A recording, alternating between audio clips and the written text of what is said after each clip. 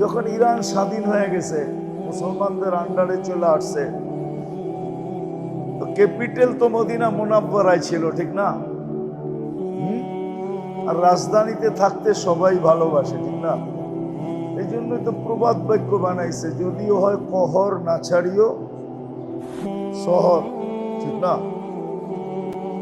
তো Medina capital ছিল। তো ইরানের সবচেয়ে বড় ডাক্তার আইসা মদিনা মুনাব্বারায় ক্লিনিক খুলছে। ভাবছে ব্যবসা কি হবে, যেন সারা মুসলিম জগতের লোক এখানে আসে, ক্যাপিটালে আসে, দারুল খেলাফত এখানে, আমিরুল মোমেনিন এখানে থাকে।